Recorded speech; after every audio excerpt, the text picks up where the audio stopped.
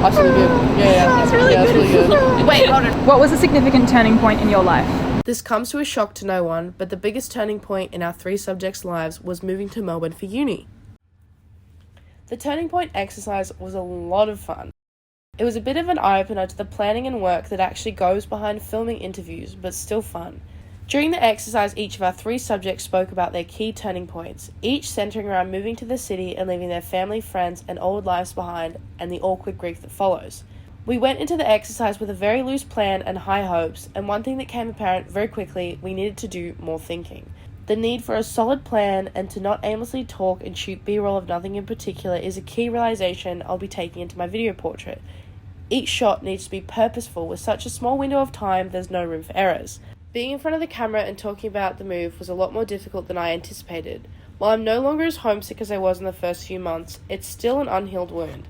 Having this first-hand experience should hopefully give me some insight on how my subject is feeling when I interview them and how I could combat that awkwardness that comes with being honest and raw on camera. While the process was a tad grim and cold, we all had fun, lots of laughs, and ultimately got the job done. This week's reading was really insightful, coming into the task with no experience and a lot of nerves. Two of the key ideas that stuck out to me was how Michael outlined the right order of things and the setting.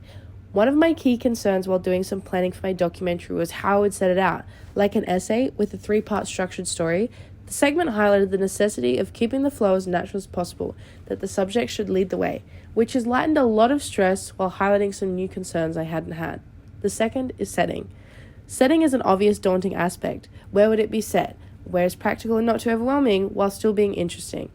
Michael outlines one of the only ways to getting an intimate and honest response is by making the subject comfortable. This feels like a no-brainer, but it hadn't really crossed my mind. I made a note to look further into setting and speak with my subject about where they would feel more comfortable and how each setting may affect them while we choose. I made a note to look further into setting and speak with my subject about where they would feel most comfortable and how each setting I choose may affect them while talking about our chosen topic. My wife's gone to the country. Hooray, hooray, hooray, hooray. She thought it best I need a rest. That's why she went away.